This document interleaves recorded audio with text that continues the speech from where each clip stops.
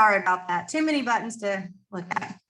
All I was saying is good afternoon and welcome. I'm Michelle Von Cannon, the Biotech Center, and we want to welcome everybody today to the National AgTech Forum, November panel that we're going to be hosting in partnership with AgStart and AgLaunch. The Biotech Center and its ag sector development team are committed to leading life science economic development for our state, promoting ag tech industry by supporting innovation, education, and business growth. You can learn more about our programs and funding opportunities by visiting ncbiotech.org/agriculture. I want to thank our event partners, AgLaunch and AgStart, as well as our regional sponsors here in North Carolina, HPG, Hughes Pittman Gupton, Myers Beagle, and Smith Anderson. I would show you their lovely logos, but I'm unable to do so at the moment, so I apologize. So with that, I would like to introduce Alice Bonin of Myers Beagle, who will share some announcements and introduce today's forum leader.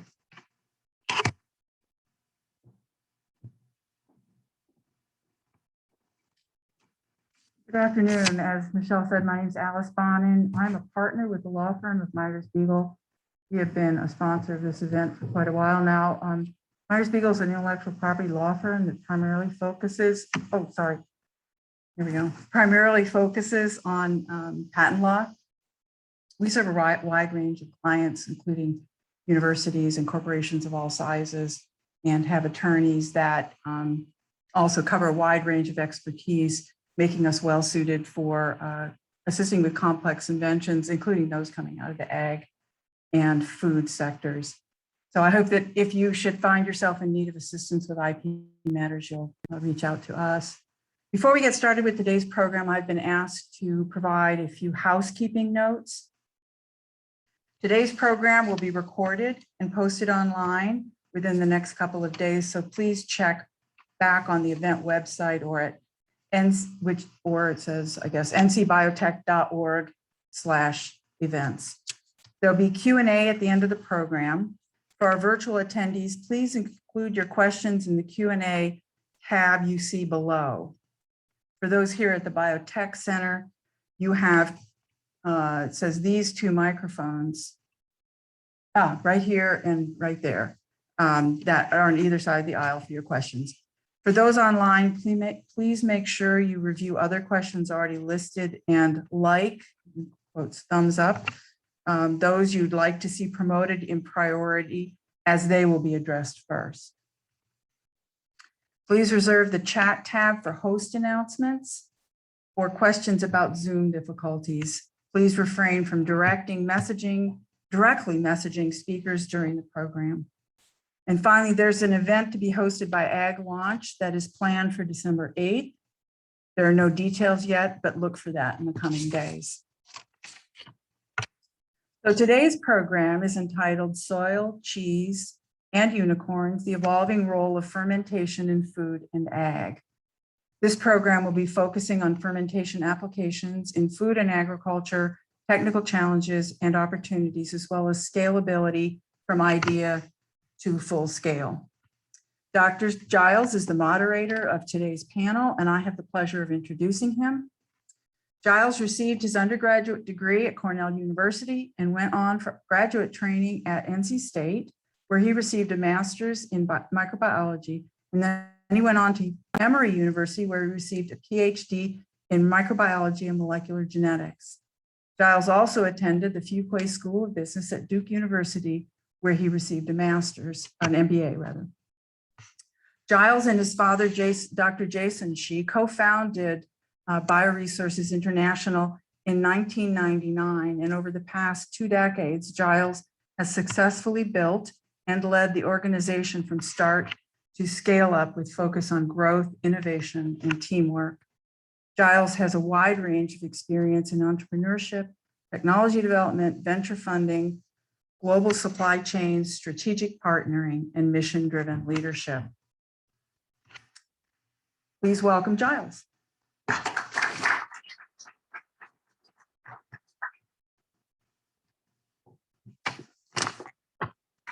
All right, thank you.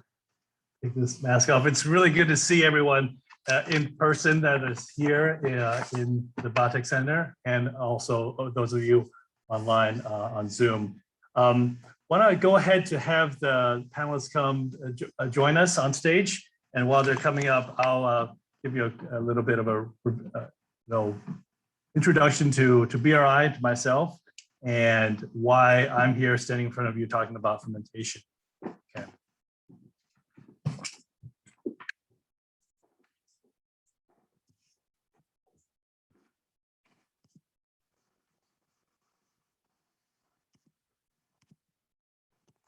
Feel free to sit whatever.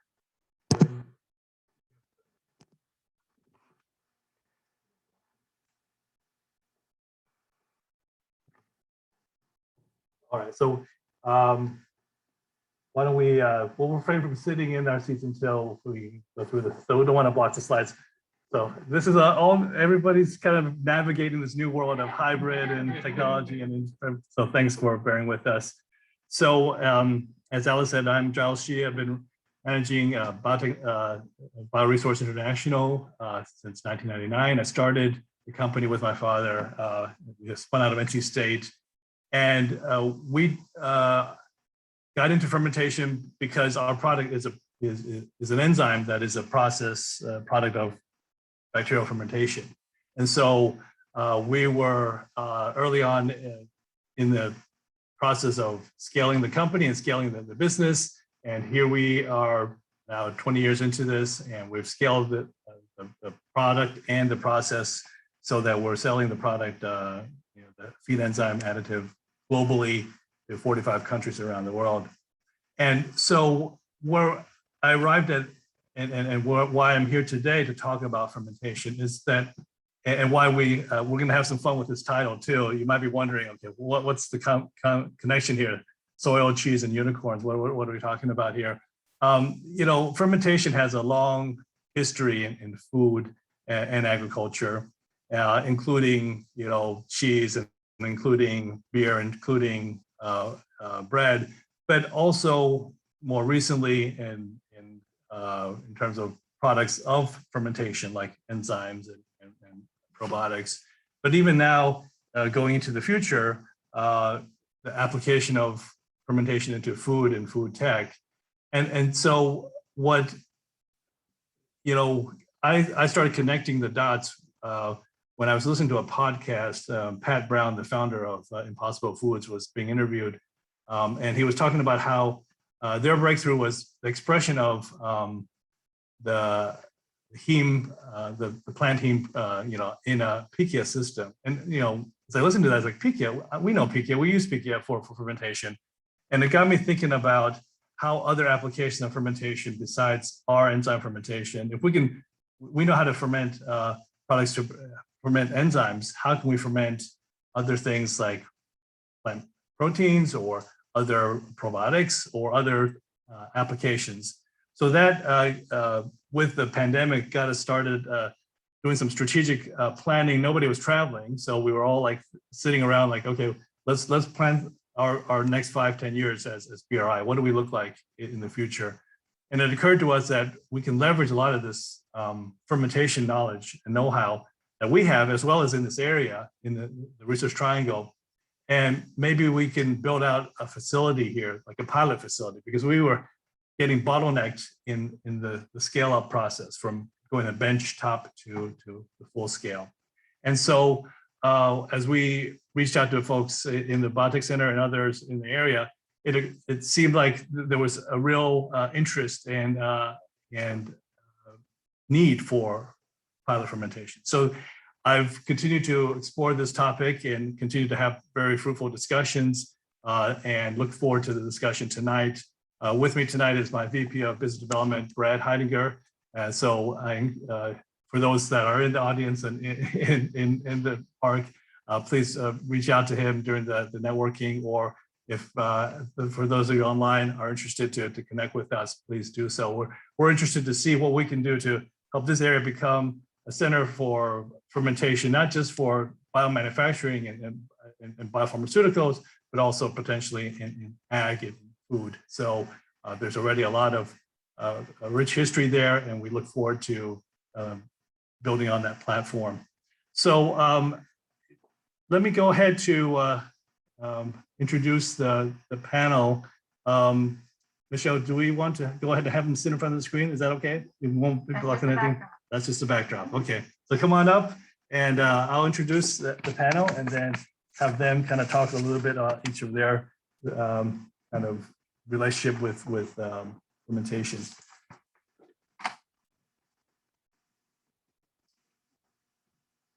So first, let me introduce Tonya here. Tonya Tiedje is a pilot plant production manager at AgBiome. Tonya graduated from Michigan State University in chemical engineering and worked for the Michigan Biotechnology Institute and the Michigan State University Bioeconomy Institute for 25 years. Her early work was in lignocellulosic research, and she moved her focus to fermentation and the pilot plant, where she managed a fee-for-service plant for 12 years. This role gave her the unique opportunity to work with many companies on some of the newest technologies throughout the development and scale-up phases. In 2019, Tonya joined AgBiome to work in fermentation development, scale-up and production for their pipeline of products, and she'll be, I'm sure, telling you more about that. Her comments. Next is Jose Bruno-Barcena. Dr. Bruno is a professor at NC State University, working in the Department of Plant and Microbial Biology. He completed his undergraduate studies with a BS in biology from the University of Oviedo in Spain, and completed his Ph.D. in microbiology at the University of Human in Argentina. Jose is the author of 35 peer-reviewed journal articles and 8 inventions and patents. He's a consultant for many industry leaders, including Syngenta, Inobia Pharma, and Ram Biochem. In addition to his consultancy research and teaching, he offers courses and training to industry professionals such as Novozymes and the FDA. And last but not least is Ryan Bethencourt. Ryan is a scientist and entrepreneur, best known for his work as a co-founder and CEO of WildEarth. You might have heard some of their ads on the radio or seen some of their billboards. He is also partner at Babel Ventures and co-founder and former program director at IndieBio, which is a biology accelerator and early stage seed fund. Ryan was head of sciences at the X Prize Foundation, a co-founder and CEO of Berkeley Biolabs, a biotech accelerator, and Help in Neurosciences, an ALS therapeutics focused research company. Ryan has a BS degree in molecular genetics from Warwick University in the UK, a master's in bioscience enterprise from Cambridge University, and a PhD from the University of Edinburgh. So as you can see, we have a very esteemed panel tonight, and so looking forward to some good discussions. I think what we're going to do is I have some prepared questions, and then we'll do some Q&A with others in the audience as well as online. But to start things off, maybe to introduce each of you as you introduce yourselves, tell us what in this title, soil, cheese, and unicorn, which one of these items do you most closely associate with and why? And then what role does fermentation, how does that relate to fermentation, right? So maybe I'll start with you, Tonya, and then you kick it off. At AgBiome, we very much relate to the soil. We love the soil and the trillions of microorganisms that live in the soil and the environment around us. So we have a core platform that isolates the organisms from soil and identifies them, and then goes on to sequence the genome of all those organisms. So we built a huge library of information where we can identify traits and organisms that could be beneficial in agriculture. And then once we've identified organisms that are active, that's where the fermentation part comes in. So to produce those strains, we have to do fermentation. And so I get to get involved in the development and scale up and production of all those strains that we identify.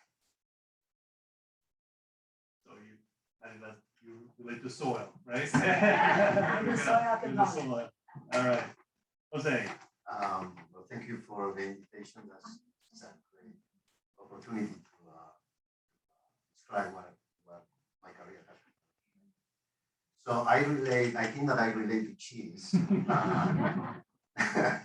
So the story is, I grew up in a farm, my family, they are cheese producers, and I grew up in that type of and because I started asking too many questions about why, I ended up being a professor later. So the story is because of that why I started exploring how those processes are occurring, and I end up specializing in this area of engineering and biology, right? These two disciplines coalesce to understand how to control the environment, at the same time understand what is that these organisms are doing in the overall process. So that has been the pursuit of those questions that drive for my career. So today I still do process development, and I teach process development.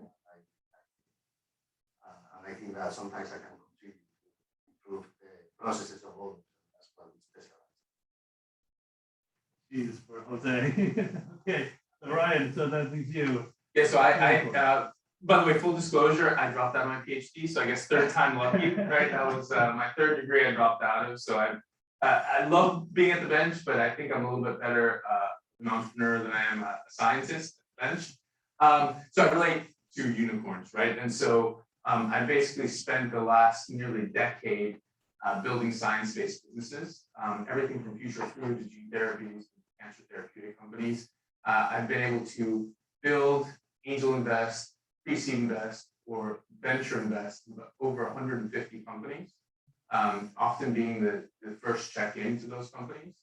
So companies like Upside Foods, previously Memphis Meats, some which are very relevant to this conversation, like Geltor, which ferments collagen and gelatin and some other proteins. Clara Foods, now Upside Foods, one of the leaders in fermentation as well for food. And also I started and run WildEarth. We are actually, even though we're a healthy dog food company, we're actually a fermentation company. So we actually use yeast as our primary protein for our dog food. And there's a whole host of reasons why we do that. It's high in protein, very similar to meat, but without a lot of the negative externalities around, especially meat that goes into pet food. So we need to turn on the mic. Real quickly, a little bit of audio. I want to make sure everybody take a little clear. Should we turn on the mics? Yeah, everybody's mic's on. Okay. You keep it projecting. Got it. That's a little quiet. All right, so Tonya, why don't you kick us off, and so what are the challenges and opportunities you see for fermentation? At AgBiome, it sounds like you've got some probably some new development in the pipeline and some that are launched. What are the challenges and opportunities you see for fermentation? Yeah, so funny with the challenges, they're always what you're not looking at. So fermentations are so diverse, and there's so many different things you have to keep an eye on. But some of the challenges that we see kind of long term going forward, one of them is going to be capacity. So fermentation is really evolving, and with rapid growth, and the market for fermentation is evolving, and we see a need to increase the capacity. So that's a little hard to find sometimes for production. Some of the other challenges that we look at is economics. So fermentation has really made some great advances in the last 30 years, and economics have been brought down. But we're looking at markets like agriculture, where it's a pretty slim margin. We have to make sure that we're responsible for the farmers, and we're keeping the food costs down. So it's some pretty tight margins there. And so any opportunities we can find, we're always really going to be driving those economics down. And the controlled economics is a lot of the yield cost, or the yield that we can produce from the fermentation.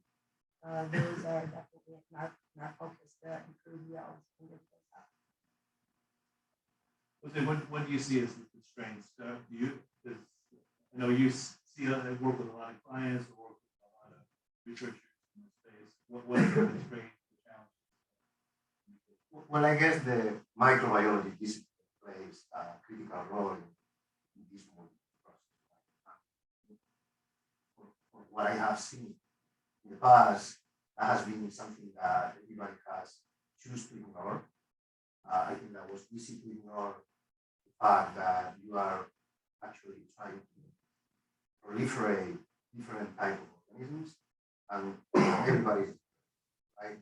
So the challenges that normally I encounter and they come and ask for help normally are related to that, are related to inconsistency in the production. So we actually try to help generate process that is consistent. By doing processes that are consistent, then we actually facilitate consistency sometimes in if the cell is not a product. If you have additional products, then both products can be consistent. And that's most of the help that is actually needed. It becomes, I think that it's not that magic as used to be, right? So we know a lot, we have a lot of science behind these things, and we have to start putting that science and maybe stop ignoring that you can actually have consistency in the process. Ryan, it's a slightly different question. It sounds like there's this renaissance of, food tech and using fermentation. What are the limitations of that? It seems like there's so much going on, but what are the constraints out there? Yeah, and Giles, you and I have talked a little bit about this, right? So there's multiple constraints as we start to look at industrializing fermentation, right? So this new wave of fermentation, fermentation is, as old as human history. It's literally thousands of years old. Our experience as humanity of using fermentation for a bunch of different processes, probably longer since written history. But this new era of, I would say in the last couple of years, we've really seen the costs of developing new types of products drop. And that's primarily due to a lot of new platforms and access to capital, which really wasn't possible. There are a lot of scientists that are now actually taking their ideas and getting a bit of pre-seed funding, a bit of seed funding, and now they're able to actually aggressively grow their companies, which really was not possible. Even 5 to 10 years ago wasn't possible. Most VCs, even biotech VCs, would not back new scientists that were trying to do something in a new space without having like veteran entrepreneurs or CEOs to actually run those companies. And so we've seen a mindset shift in that. We've also seen a shift in sustainability perspectives around food, which has led to a lot of the food innovation and fermentation space. But we're seeing fermentation coming everywhere. And so it's not just ag tech. I mean, it is a production platform. And I think technology VCs in particular are becoming very, very aware of that, and they're funding that. We still have some other capacity issues as we scale, and I think we're probably going to go in that direction, have that conversation. But from the why are we here? Why are we talking about fermentation with new excitement? It's because we now have ways of allowing individual innovators to bring their ideas at least to proof of concept and fund that cost effectively. So both you and Tonya addressed capacity as constraints, and I know having been in front of VCs and looking for funding, it's very hard to convince the venture capital investors to invest in, hardware, or bioreactors. What's the capacity constraint there, and how to address that in the future? Because obviously it's coming if there's all these startups that are in the space. What do you think? So I just think that the fermentation technology and the need for it is growing so much faster than what we're building the capacity. And so there's some key things for the fermentation is the understanding of how to operate the equipment, and it takes some time to build that. I think that we're going to have to really focus on building some of that technology out. And some of the important things, like when we look at different fermentation capacities, with the newer fermentations, you have to have these high yields, you have to have these high cell densities. One of the critical factors is just OUR and what fermentation facilities have the capability to even run these newer fermentations. And I think as we build them out, we're really going to have to focus on these newer technologies and making sure they're capable of some of these IOUR new technologies. Right, what are you seeing in the space? I mean, are people, I know when you were in the bio, went to some of the labs that had excess capacity. Those are probably. Those are gone, fully out of capacity. So where do people go now? They're struggling. They're struggling. One of the challenges, as you mentioned earlier, VCs don't want to invest in steel in the ground, right? That's basically a service, right? When you build all these big bioreactors, that is a service business. It's very appealing to certain types of capital allocators, but it's not interesting to venture capitalists. And so we have a mismatch of capital right now, which is that you have fast growth, high intellectual property, low capex spend, which is typically VC, and then you have very slow moving, high capex, high budget capital providers, infrastructure providers, which just are not matching the need for capacity right now. And so we're kind of in between worlds. People are getting capacity anywhere they can. Former clean tech boom and bust gave us some capacity, but we've quickly run out of that capacity. So now, innovators are trying to find new and interesting ways of building capacity. And I just wanted to add one other thing. We're talking about fermentation, but particularly as we're talking about unicorns too, fermentation now, I would extend that to mean more than just fermenting bacteria or fungi. I would bring in animal cells and, interesting enough, plant cells. So we've recently, my partner and I at Sustainable Food Ventures and Reals, we recently backed a cell-based plant company that's growing cacao. Right? So cacao actually, there's huge environmental pressures of growing chocolate, basically. And so now not only are we seeing animal cells, plant cells, bacterial cells, fungal cells, all of these need different types of designs, different types of bioreactors, different types of scale-ups, different types of facilities. It's incredible, but it is very confusing for people who are providing infrastructure capital. I had one conversation with one of the world's largest dairy producers. I won't say who it was. It was the CEO. And we had a conversation and I was like, okay, well, why don't you build the world's biggest fermentation facility for all of these things? The CEO mentioned that they were going to spend about $500 million making a cheese facility, right? So it was like literally $500 million making another cheese facility, putting steel in the ground. And I was like, instead of doing that, why don't you just put a bunch of bioreactors? And they were like, no, like they have a financial model. The board has already approved it. It's the least risky thing to do. And so that's what they're going to do. They're going to spend, $500 million putting steel in the ground and not invest in new technologies. And this is one of the biggest problems, particularly with food companies. They spend so little of their money on R&D. I mean, it's less than 5% for the most innovative food companies on the time, right? Like that's kind of mind-blowing when we view it from the perspective of, a biotech R&D company. You're in a technology company that spends easily 30 to 90% of their money on R&D. So I think we're going to be going through this moment of imbalance. But I have faith that there will be an allocation of capital somewhere. I don't know quite how it'll play out. It might be private equity. It might be like there'll be. We may have to just pay more for these products up front. Jose, you were instrumental in the early days of BTech, right? The Biotechnology Center on the Centennial campus, and that has been a successful model for training the future manufacturing, workforce. And those skills be applied into ag or food production, or is it different? Is biofermentation, biomanufacturing, or biopharma significantly different from food that needs to be a separation? Absolutely not. So going back to the scale, right? So the model has been, I don't want to invest in research and development. I want to maintain the titles that I have, and then that drives scale and volume. But if you invest in research and development, that volume goes down. As an example, has been pharmaceutical industry, right?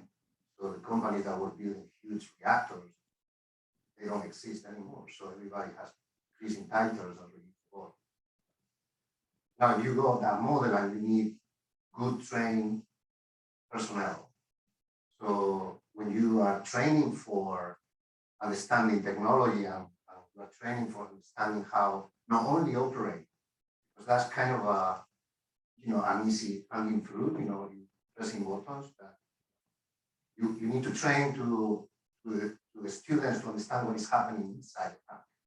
And when you train for that, and big tech is a good dream come true in which you have an opportunity now to train students for what is happening inside the plant. That's when emerging properties are going to be created. And that applies to pharma or applies to culture, because the only difference between the two sectors is the profit. The food industry profit is narrow compared to the pharma. Pharma doesn't really, it's not that much interested on, how much I optimize this, because I'm gonna make the profit. Why? But food industry is really, and that is a big difference. That's why the pressure for developing and research. That's what the reason. Because of the budget. I think it's worth adding, Giles. I mean, you figured it out. Like, we have one of the key innovators here in the food space who's figured out how to do fermentation and have a really great margin, right, with BRI. Right, so that is an incredibly powerful resource here in the triangle. But that's what, right, the game is. That's exactly what the game is.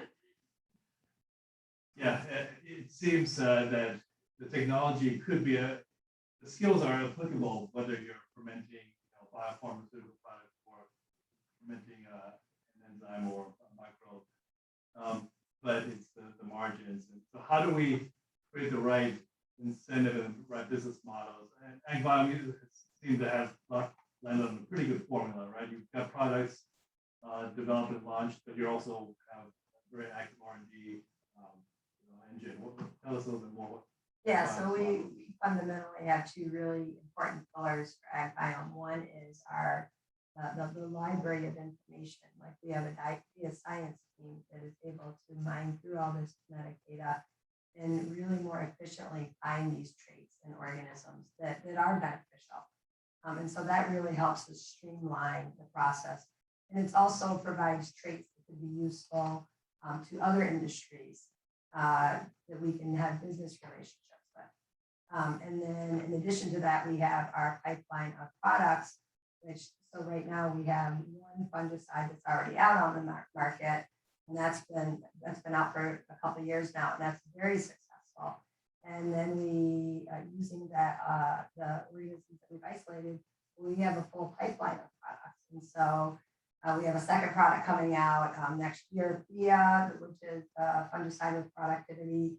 And, we have a pipeline full of products that can be useful as,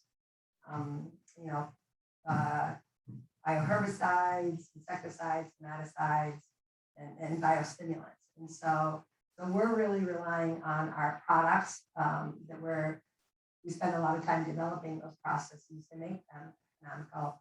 And so, yeah, we're reliant on the production of those products as well as our data science. Yeah, it seems like there's definitely, each of you have touched on kind of the profitability is tough in food and ag, and we know there's economies of scale. But my question is, how do we get there from here, right? So there's obviously a lot of innovation at the seed stage, early stage, and there's obviously capacity at a very high level, hundreds of thousands of liters, but how do we bridge that? And what are some models, some companies that have been able to get out of the gate? I mean, if you're impossible, you're beyond, right? You've got lots of money, but not everyone is like that.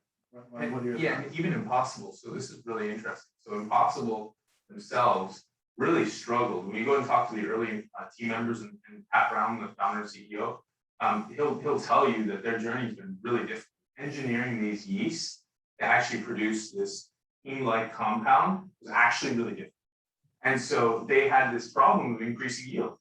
So they were just brute forcing it to try and get some type of yield. They were basically using the heme molecule from soy. So it was a plant-based soy, but engineered into yeast.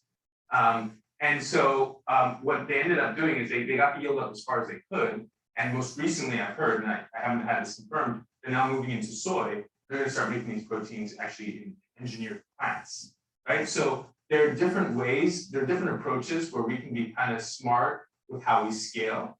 And then I think in general, we may have to build it. So one of the strategies that we've taken at WildEarth is that we want to be as close to the margin as possible. And this is advice that I give to all scientific entrepreneurs. Get as close to the actual margin, where the money is. Sometimes it's very easy as a scientist and say, oh, I don't want to deal with the consumer world. I want to just build science, make products and sell it B2B. If you do that, I'll give you one example of a company that did that, Perfect Day. In the early days of Perfect Day, I would talk to Ryan and Paramount, founders of Perfect Day. They're now large, they've raised hundreds of millions of dollars, might be over $1 billion now, for their fermented animal proteins, so like whey and lactoferrin and a couple of other proteins like this, which is now commercial. They started to approach all the big food companies. They were like, hey, we have this great protein. You should use it. It's like animal free, it's sustainable, it's all of this. They're like, oh yeah, it's more expensive. No, our customers don't want to eat that stuff. That's a dead company, right? And so we had these conversations around how do you actually go and sell directly to consumers, because these food companies are not innovators. These large global food companies are not innovators. They're not going to launch your products. They're not going to support you for the most part. So they came out with a line called Brave Robot. You actually now buy them in Sprouts and a bunch of different markets. The ice cream is really delicious. If you haven't tried it, has a really delicious flavor and it's very soft compared to like coconut ice creams and things. That's definitely the properties of the whey. And so they found a way around that. And so I think going for the margin, bearing in mind that most large corporations are not going to be a help. We cannot rely on them if we want to bring new technologies into the future. We're going to have to build those companies and scale those companies, and fortunately or unfortunately, raise the money that's necessary to do that from alternate sources. Jose, I want to ask you about technology and tools. Is fermentation fundamentally the same as it was when you were first starting your career, or is there a lot more advances, whether it's strain engineering and process engineering? What have you seen, or haven't? It's still basically just doing iterations of. Oh no, it's very different. Yeah. So digital technology has changed completely, right? So one thing that is very important here is that most of the development of the tools and the equipment has been driven by the economy of the pharmaceutical industry because they have the big bucks, right? So what happens is that, in my opinion, the technology is kind of sequestered in the pharma industry and is not being allowed to trickle down to the food industry because they are willing to pay the big bucks. And as long as the pharma industry keeps paying these big lumps of money for equipment, they will not reduce the price of that technology to facilitate implementation. And I think that is the big gap, right? But it will come a day in this pharma that is moving to pharma foods. The profits are going to swing, and that day is coming. And when that comes, that technology and that availability of control engineering that is available, you have to pay large amounts of money to have electronic process control, adaptive controls, things that pharma industry knows pretty well, but in ag industry, you don't even know about that because you're not pay for it, right? So there is a big gap on technology that you can actually pay for. The technology is available. It is available, but it's not accessible. It's not accessible for us. Right? I want to point out something that is also against ag industry, which is not a restriction in farmers, which is regulatory. The consumer do not accept technologies that have something to do with genetic modification. And that's a big, big barrier. So that puts the companies that are in the agro sector to find alternative solutions, very creative solutions that sometimes don't really exist because they are already protected by IP. So there is a very narrow constraint because either you have to put bacteria in the soil, but and I mean obviously genetic engineering is out of the picture. But that constraint is not in pharma. The consumer doesn't care if it's genetically modified. He wants to kill something. So that there is a big difference. And I think that is in recent development, big constraint. Yeah, just about every panel I listen to or every conference, there's always a talk about that GMO issue. Like, I mean, Ryan, how are companies dealing with that? Are they kind of things? So I have a very strong philosophy on this, and we actually say it on the website. And actually go and say, like WildEarth's philosophy on GMOs. We believe in sustainable GMOs. This is actually the word that we use. We support GMOs. If they're sustainable GMOs, they're good for the planet or for the people or for the animals. We support them. We lose customers because we say this. But what's really interesting is that we also resonate with a lot of customers. And so it is scary for a lot of food industry executives to come out and say, hey, there's nothing wrong with GMOs.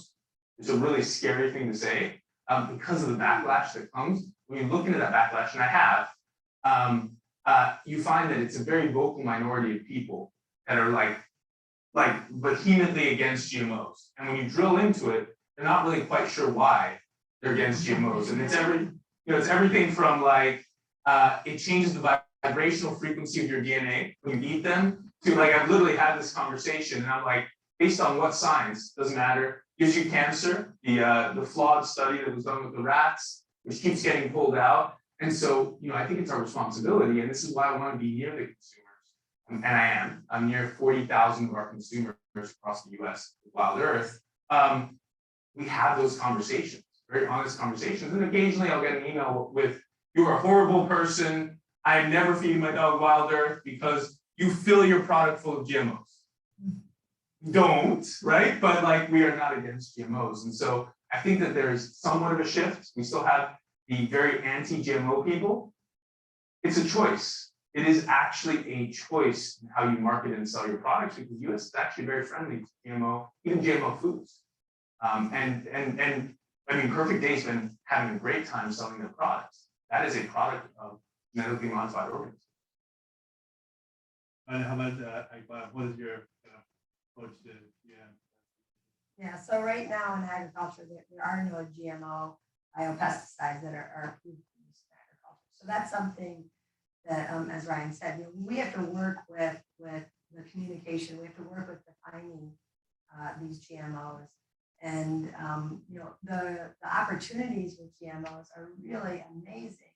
But we have to work with regulatory on how to properly, set the rules around there and define the different processes to make sure that we're communicating with our communities to understand how to produce these safely. And the GMOs are all around us. It's really inevitable. And if we want to solve some of these problems, a really efficient way to do that is with GMOs. And so I think it's really, there's got to be a lot of education. There's got to be a lot of communication getting us all on the same page. So yeah, we don't have the GMOs yet, but strong interest in them in the future. I agree. I think that the key is the communication of value to the end user. Why is it important to have the access to the technology in this? Because it's very clear in a pharmaceutical situation why is that necessary, but it may not be as clear in a food, but that needs to be. And Giles, this was exactly the play. This was the bet that we made at IndieBio. So we said people are more likely to care about removing the use of, environmentally damaging factory farming than they are about GMOs. Right? That was the play that we made. That was the throw of the dice, and it appears to have been true. Right? So when there is true benefit and you're able to communicate the benefit to the consumer, Is it healthier for you? Is it better for the environment? Is it better for the animals? Like, what is the actual benefit, rather than, you know, a lot of consumers felt taken advantage of by Monsanto because they didn't know what was in their food, was not communicated. Why are you doing this to my food? Why are you genetically engineering my food? What are the benefits to me, right? Are you just a greedy corporation trying to make money on me and my health, right? And so you have to be very clear when you're communicating with consumers, and you have to be okay with taking some flack. Like, the reality of it is, some people are going to absolutely hate you for being pro-science, pro-GMO. This is our society, right? And we have to be really strong about this and be like, no, we support science, and we support data, and we support like things that make sense. Very good. Well, I want to open up to the folks here in the audience if you have any questions, and also I think Michelle and Nadine, are you tracking some of the questions online? Maybe we can open it up a little bit.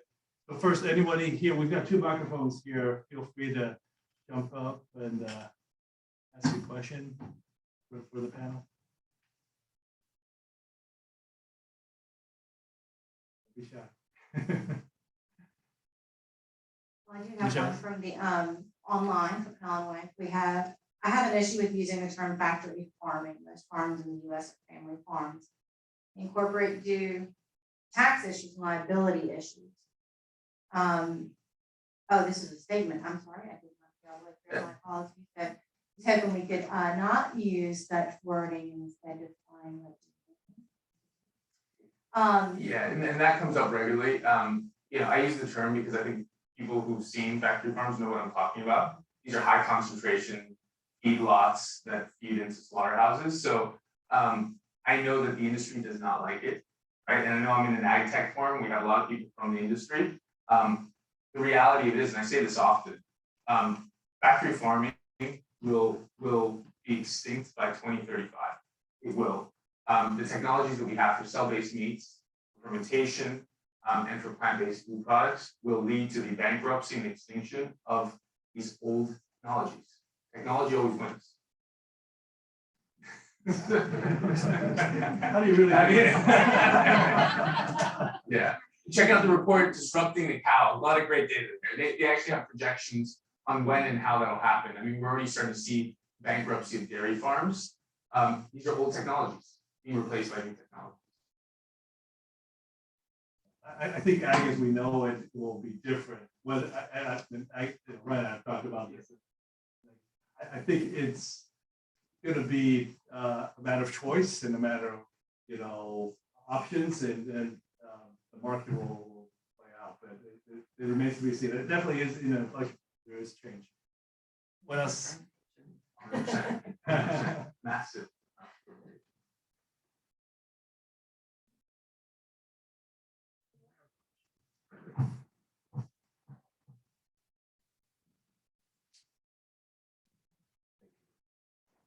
Yeah, I'm just curious, as some of these new technologies in fermentation come into existence in terms of scaling up manufacturing, making it more consistent, and using techniques that incorporate genetic engineering, however, it's in the process, not in the final product. Are there concerns about regulatory requirements, consumer backlash? I mean, you've talked about the products themselves being the product of genetic engineering, but what about when you just simply use it as part of the manufacturing process? Yeah. So you know, the use of components generated by fermentation on food industry has been long, right? And one of the big examples is one of the enzymes that is commercialized in large amounts in the world, which is hemocene, right? That is cheese production. That's a recombinant enzyme, and every cheese that you can eat has been produced with that. So that aspect of the regulatory, I think that has been resolved, and that is the area in which all these new companies are operating. With what you have is organisms that produce active components, and that from the regulatory perspective are called processing aids, right? We don't call them GMOs, we call them processing agents. And as long as it's a component of the cell that has been secreted, or you can extract and you demonstrate that there is no DNA residual, then from the regulatory perspective in the food industry, you are set. So that has been resolved. The problem is then if the consumer perceives that you are not being clear, that you are trying to cheat him. So I think that the problem of GMOs is that we need to actually tell the consumer what is he eating, and I completely agree. If you start hiding information under new semantics, the consumer is going to backlash. That's going to be. It's transparency, right? Like it's consumer transparency. We all want the companies that we buy products from to be transparent with, just be honest with them. And so if we do that, and we put the information right up front on our website. So if you're searching, if you care about your ingredients, by the way, like 10% of consumers actually care about what's in the ingredients, actually look at what's in the ingredients, but those 10% really care about how the food's made, the ingredients. And so we put that information on there with WildEarth. But this is what some very successful companies actually do. They're very transparent with the manufacturing process. And like the manufacturing of products that are made with genetic engineering, it's literally everything. There is I'm unaware of even, I had a conversation with a French minister, right? So it was like a French minister was like, oh, we don't do this GMO thing that all of you eat and use in the US. And I was like, really? You don't eat cheese, right? And he was like, well, that's different. And I was like, how is that different? You eat a product of genetic engineering.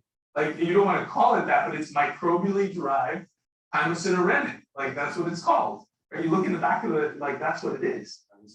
And it's on the package, right? So it's like, I think in Europe, we have some very bizarre things. So I don't think it's a one size fits all. The US is very different. The US is typically more pro-technology than Europe, especially in food. Europe has a bunch of very strange novel food technologies. Even processing a food slightly differently, a normal, naturally occurring food in Europe means you might have to go through 2 years of a regulatory process. So let's say you use a mushroom. It's not a chopped mushroom. You grow it in a special pan or something. You might have to go through 2 years to prove that that is the same mushroom that was just chopped up and baffling, right? But this is the difference. This is why Europe is being left behind in terms of innovation around food. Not so with Asia, Latin America, or the US. And as far as the communication with the consumers, we're finding that's a big part of the ag industry, and what's driving the biologicals, is that there's increased interest. People want to know how is their food made and what's being put into it, and they're driving change from synthetics to biologicals. We have another, Andrew Rose said you can take a cow off of the farm with cell-based meat, but can you take the cow out of the product? Can anything realistically replace FPS? Oh, yeah. Fetal bovine growth serum, for those who are not familiar with what FPS is, that's replaceable. In fact, it has been replaced. So if you talk about the pharmaceutical industry, Jose, I'll let you take this away. The pharmaceutical industry has figured it out, because guess what? We inject stuff that's made with mammalian So cells. since the cow's disease and the cow's disease has been forbidden actually in pharma as an ingredient. So all the processes in pharma has been replaced. So you cannot use them in since the mad cow yes. outbreak, which happened, which is called Creutzfeldt-Jakob's disease, which is a horrific disease. Yeah.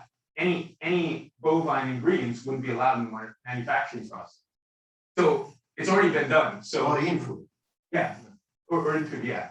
So it's already been done, but the cost of that FPS is still high because pharma doesn't really care about the price. And so we just need to manufacture the scale. And there are actually several large companies and small companies looking at disrupting FPS production. One that's actually based locally here called Tiedje. There's another one based in Iceland that actually makes these growth factors in, I think it's in oat. And Tiedje makes it in tobacco here in the triangle. And then Merck, KGaA, is also making lots of this stuff. They already make it for pharma, Now they're looking at dropping the cost so they want to dominate the future of food industry, right? This has not escaped the world's largest biomanufacturer. Question over here. Thinking about process and commercial fermentation, how much attention now is going to start being turned toward feedstocks? Because there's going to be kind of a, where is the energy coming from to do these fermentations, and how much is the consumer going to care, and how much can be tolerated for the economics? Yeah, so I'll address that a little bit.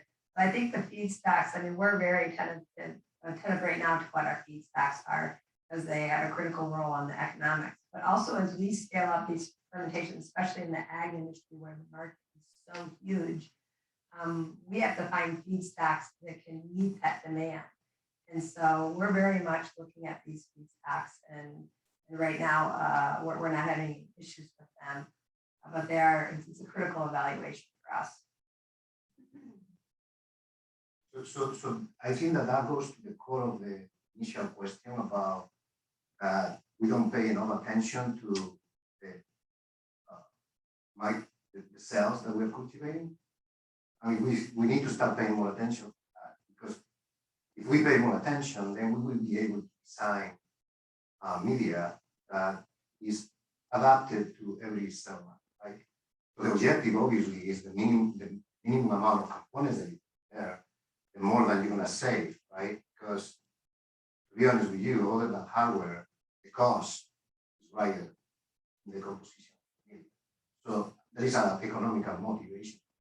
I guess that's the case. I mean, you can work this through first principles, right? Yeah. So what is the first principle of biological manufacturing through fermentation? Basically sugar water and tank time, right? That's where you start. And so the efficiency of the organisms and the efficiency of the manufacturing process, those are numbers you can put onto a spreadsheet. You can improve the efficiency of the organism, you improve the efficiency and lower the cost of the entire manufacturing of this. You sacrifice right? So you normally through that process sacrifices your productivity, or drops a little bit, but you gain on cost, right? It's kind of there is nothing perfect. I love this principle, by the way, for as we look at future industries, right, at biological manufacturing, right, when you really think about what we can make with biology, it's almost like what can we not make with biology? Once we understand how to program biological systems well enough, what can biology not do? Biology can even, harvest gold particles from seawater, right? Like the level of precision, molecular precision that's possible with biology is incredible. Exquisitely hard, like way harder than any human machine ever made. But once we start really figuring these things out, like there is no limit potentially what we might be able to grow. Yeah, and nowadays there's so many optics that can help measure some of that in the fermentation, so you can get real-time data on what the level of these nutrients are and what the metabolisms are, so you can really control these very well and optimize them. Another question back there. Yes, first of all, I'm not arguing, I want your input, but I would like to go back to when we were discussing GMOs versus genetically engineered and pharma versus ag. You even spoke about tobacco. To give you one example, in the late 1980s, there was a Professor Ray Long who had pilot plants scaled up a system to extract high quality proteins that had no contaminants in them, that would have been perfect for medical. And it would not be adopted by anyone due to the politics surrounding tobacco at that time. Interesting. Yeah. And so as a person who's been involved with the ag side for quite some time, and really based on what you had to say, it sounds like it's not just transparency. Because I would argue that many people don't understand what pharma has done to produce the medication.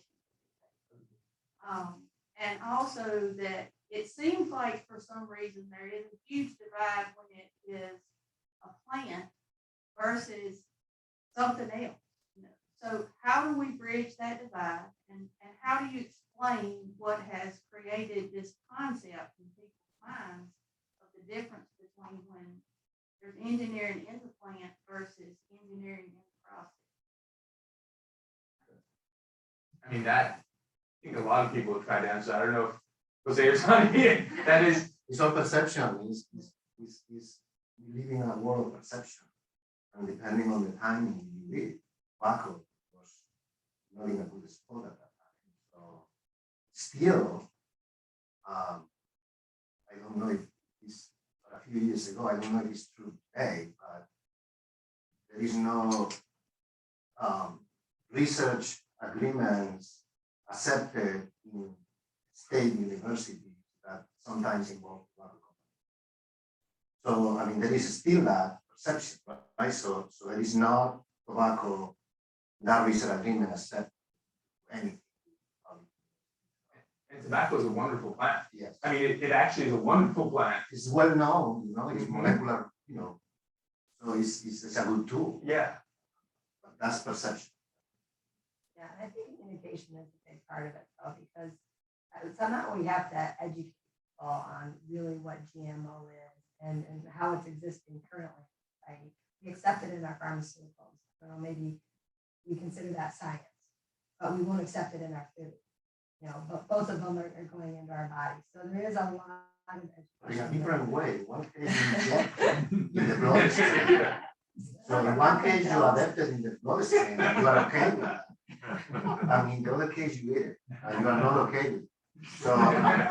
So that's the big, I mean, it's a big difference. I will make a comment here. I think it feels like the times are a little bit different now in terms of people are thinking about the food they eat from a different perspective. It used to be you just ate for nutrition or you ate because it tastes good. And those are so important, but now it's about climate change or it's about, it's plant-based. And so those types of discussions are being had, which they weren't being had before. And that's really driving a lot of the interest in innovation. Do you see that? Do you agree? So one thing that I think is really funny to me is I love biology. I am a geneticist, right? And so I look at this and I'm like, isn't it funny how now we're traditionalists around food when our ancestors created food as a technology? And around 10,000 years ago, they got a bunch of plants that were growing wild, weren't necessarily super nutritious, selected for different types of organisms that would not normally grow in nature, put a bunch of clones out into a field, artificially irrigated them, grew them, that became farming, then we got a bunch of wild animals, domesticated them, grew them for protein, right? So like literally we have harnessed our environment and turned it into technology. And the reason that we somehow have a problem now with new technologies is because we're less familiar with it, right? And so I think there's something uniquely human about the experience of like, maybe it's how we evolved, that we are taught when we're young what's safe to eat and what's not to eat. And maybe that's some deep, tens of thousands, hundreds of thousands of years programming that I was taught this is real food and that is not real food. It's like when you start to really think about it, if you've enjoyed, I don't know if you've read the book Sapiens, right? I absolutely love that book by Yuval Harari. Yuval Noah Harari. Like it opens your eyes to really, we are a technological species. We have been since the invention of fire. Like that, the only reason that we're not running around getting predated on by large cats is because, and a minor species on this planet, is because we harness technology, become more than what we are, right? And so that's our journey. And so whenever someone's like, oh, but what about this and this technology? I'm like, we're a technological species. We don't exist without technology. It is us, we are it. Everything we harness is basically still technology. Like the fact that we have viral DNA in our genome, that makes part of us, right? Like there are transposons in us. There are like genetic engineering. We are genetically engineered organisms, right? Like all of this is technology. So. This is a very interesting conversation. Anybody else have questions, comments? Yes. I appreciate the comment about the concentrated feeding organizations and how they can be perceived as not being sustainable. They can also be diversified. Maybe there could be more smaller farmers, and it would be a dilution factor then. But I keep wondering about fermentation technology. When you put huge fermenters into place, do you also have similar issues? Why does it make this concentrated technology more sustainable? Good question. Let me ask you, Jose, what's the conversion, right? Because, like when we talk about feed, like animals, right? The chickens is 2 to 1, 2 pounds of feed for 1 pound of chicken. What would be the equivalent for growing like microbes or products? Is the conversion pretty efficient or not so much? It depends. So the answer to that is depends, right? So we go back to the concept of we want to cultivate, the agriculture happens now in a tank, right? So the way that I normally explain this to my students is that what you are trying to do is to grow an army of cells that are actually your company. And the company is now located. And now that there is a genetic component to that army is going to transform the substrate that you are giving in a precise way that is determined by the genetic. So there is things that you cannot change in terms of conversion, right? So now let's put the example of Saccharomyces cerevisiae, which is the bread, the baker's yeast. And then in that case, we want ethanol. And our titers are going to be linked to the amount of glucose that we provide. In that case, if you want a fermentative process, you are never going to obtain more than 12% biomass from that. So that's your maximum. And then the rest will be ethanol, 45%. And then you lose a lot of carbon in the process. Zero. That's for ethanol production, but because if you want biomass production, then the whole situation changes dramatically. So you find the conditions, and there is conditions in which your product is the biomass. And in that case, the situation changes and your glucose component will be converted to 50% biomass. And the rest will be zero. But those are limits that biology will establish to you, and you need to know that. So every cell that you are trying to cultivate will determine those, will limit your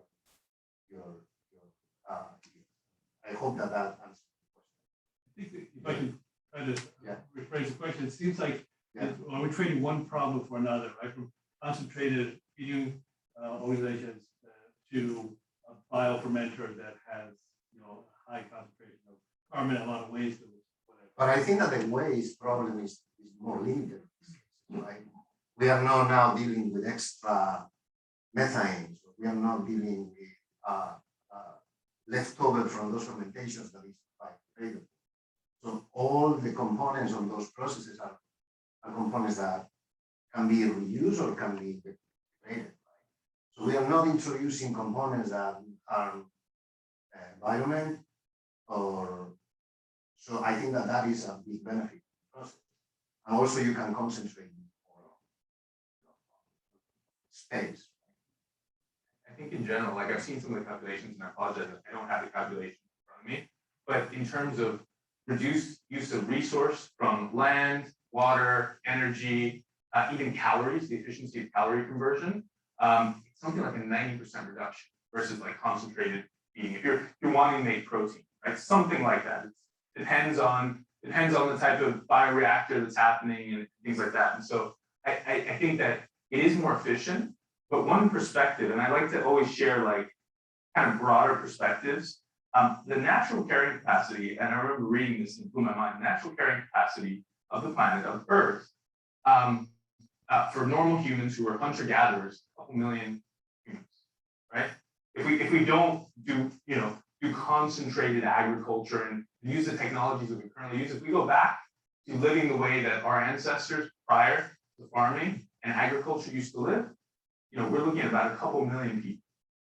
Right now, there are still huge issues with land.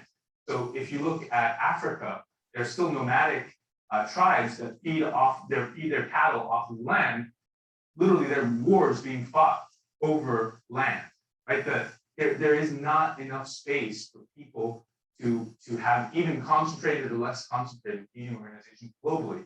It's a global picture. And I think sometimes we forget in the US, where we have easy access to protein, like protein is never a problem. There are some regions of the world, in some countries where, protein is still a luxury, right? It's not something you can just pick up whenever you want.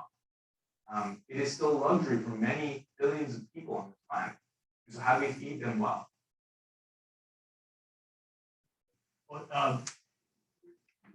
Question back here? Yeah. Yes, so the question that I have is really kind of about the timeline and kind of cost of product development using GMOs. I'm just trying to understand, related to that, how that affects what products and what startup companies are existing. Really, what I'm thinking about there is I'm thinking food companies, it sounds like there's less regulation, it's faster to market, maybe ag inputs, pesticides further to market, harvesting gold from seawater, sounds like it's more harder. Kind of discuss, how product development timelines affect GMOs. Yeah, it's broad ranging. So Yeah, I was gonna say, it's really dependent on the market, right? Because we have GMOs in use, we have markets where as soon as you make it and you grow it, you can sell it, right? I mean, we're making clothes, we're making biopolymers, making all kinds of GMOs right now. It doesn't have the regulatory hurdles. Obviously with ag, I mean, it's years, right, to get the regulatory approved for it. And so it's a 2 to 3 year development project to make these processes and develop these processes, and then another 2 or 3 years to do the testing and apply for the regulatory. So at least in ag, it's quite a lot of additional time and financial burden on the companies. I wanna probably direct a question to you because that's so fundamentally, the market, we are saturated, right? So we have the technology. We know how to modify organisms, we know how to produce, and we know how to solve those problems. So the technology and the tools are there. In most of the cases, we are successful, not all of the cases. So the question always arrives for, now you have the brilliant idea, and the question is, how do you protect it? Because if you didn't, this is you are not going to reach the market. Now, so if you take the effort to protect your idea, then the question is now, then venture capital will come and you will be interested because you are now providing room and time to actually launch that technology. And that's where, the help of venture capital comes. But maybe he can address the question of what happens if you don't have an idea, right? Yeah, or you have regulatory failures. Yes. Right, and this also happens too. So I'll give you an example that's actually outside of ag, but I think is instructive. Right, so insulin. Right, so insulin. I helped start a project. It's a nonprofit project called the Open Insulin Project. So really trying to make open insulin a reality. Right, because today, if you're uninsured, even in the U.S., it's between $500 to $1,000 to get insulin per month. Right, like a biological injectable. Why? It should be a little more than the cost of sugar water, right? And this is not a hard challenge. It's because we have regulatory barriers in our way for getting approval of biogenerics, right? It is actually a governmental problem, right? It is not a biological problem. And it's even worse outside of the US. So outside of the US and in many emerging economies, people still die of diabetes. Like they literally cannot get or buy safe, cost-effective insulin to inject and to stay alive. Like, people who are born with type 1 diabetes. I'm not, as people get older now, they're also getting type 2 diabetes, but there are people who are born with type 1 diabetes, and it's basically death sentence. If you're not born in the US, or if you're not born in Europe. And so for me, I'm always looking at how we disrupt barriers for biological manufacturing, because I think that we do a disservice to humanity by not making it easier for people to access these technologies. Very good. I know the evening's getting long and I wanted to respect everyone's time. Let me just kind of wrap up by asking a question, because I've got a very experienced panel here. Kind of look into your crystal ball 10 years from now and choose like whatever you want, whether it's fermentation or food, what does the future look like in those 10 years? Are we going to have like a total disruptive, like new food company that we've never even heard of? Or is it going to be big food companies buying out some of these startups? Or are we going to have, like, you know, biologicals compete out all the synthetic chemicals? So help us look into your crystal ball 10 years from now. What does it look like? Yeah, so I'll say, yeah, biologicals, we definitely anticipate will be a big part of the agricultural market, replacing a lot of the synthetics. And with that, I think that we have to look towards a significant advancement in the amount of fermentation capacity we have. But we have to optimize some of these fermentations and look towards, and to me, I like to look at them as like a biorefineries, where we really have to reduce the waste and make these much more efficient because we're going to have such large capacities. I think that the consumer is more educated. They know what they want. They want healthy products. They want to eat food that benefits their health. And that's gonna drive a large amount of the technology that you have to put on the market. And we are ready as the driver of the new technology and the way is the consumer. The consumer wants healthy food. So whatever technology that is in your hands that actually benefits health, that's a technology that may have a chance to be successful. And the other ones are gonna have a problem. I'm going to borrow from a friend of mine, professor at Stanford University. You may know him. His name is Drew Endy. So Drew Endy shared this vision, which still blows my mind to this day, and hopefully it'll blow all of your minds as well. In 10 years' time, wouldn't it be amazing if, like, the iPhone 30 literally grew out of a vat, right? You know, like the entire piece of technology was programmed into DNA and grown. Right? Not made with, you know, fabs and whatever else, like grown. That's actually, I think, the future that we're going to. And that is fermentation, that is biomanufacturing. Right? So we often overestimate the amount of progress we can make in a couple of years, and we underestimate the amount of progress we can make in a decade or more. Imagine that. Yeah. In 10 years, you know, one of the interesting things, so my brother is an automotive designer and he is in automotive space. And we see the disruption with electric cars. I mean, you know, you see Rivian go public, all the talk, you know, crazy. I think what's happening there is that whole industry is getting disrupted. And I see that it's maybe not going to replace, and we're not all going to be driving electric, but certainly that will be a big market segment. I feel like for ag, whether it's fermentation or cell-based or other forms of production, those will become categories that we haven't seen yet, but we'll start to see more and more of. Just go to your dairy case in the grocery store, and there's just a plethora of, you know, different types of milk that didn't exist before, whether it's, you know, soy or, you know, oatmeal or, you know, so I think that's, the consumer is going to have a lot of choices, and there's going to be a lot of drivers for those decisions. And I think it's up to ag to find a way to meet that demand and meet the challenges. But there are some constraints there, you know, in terms of capacity we've all addressed, and certainly technology can have a role to play there.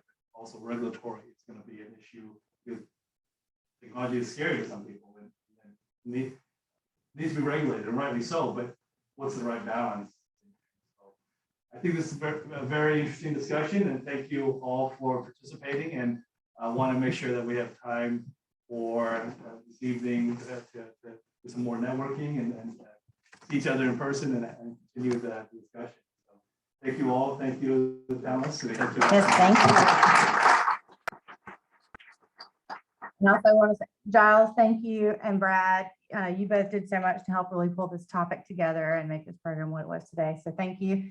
And thank you to our audience virtually and here in person. It's so great to see so many people here in person. I can't tell you, that's just such a great feeling. So hopefully we'll see you all next month on December 8th AgLaunch, we'll be having our next virtual forum. So won't see you in person, but we'll see you online.